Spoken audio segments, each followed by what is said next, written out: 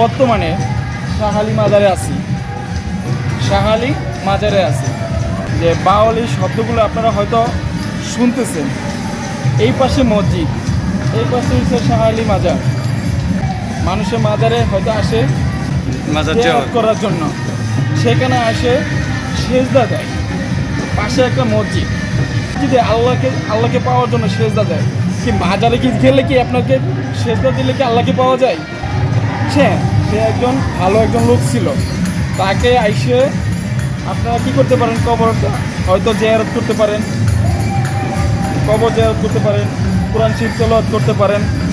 খালি মাজারকে সেজদায় পরিণতি করে, এটা কি আপনাদের কাছে কি ভালো লাগে? আমরা একমাত্র মুসলমান হিসাবে একমাত্র সেজদা দিব আল্লাহকে, আল্লাহকে স্মরণ করে সেজদা দিব আল্লাহর ঘরে। আল্লাহর ঘরে আমরা সব সময় সেজদা দিব। আমরা সেই সেজদায় একদম শাহালি মাজারে আমরা সেজদা দিতে আসছি। তো শাহালি মাজারটা কিন্তু খারাপ না, একদম সেই ব্যক্তি ভালো, সেই ব্যক্তি কিন্তু ভালো। কবর জিয়ারত করেন, আলহামদুলিল্লাহ ভালো। কোরআন শরীফ তেলাওয়াত করেন, আলহামদুলিল্লাহ ভালো। একমাত্র সেজদা দিব আল্লাহকে, আল্লাহকে স্মরণ করে সেজদা দিব আল্লাহর ঘরে।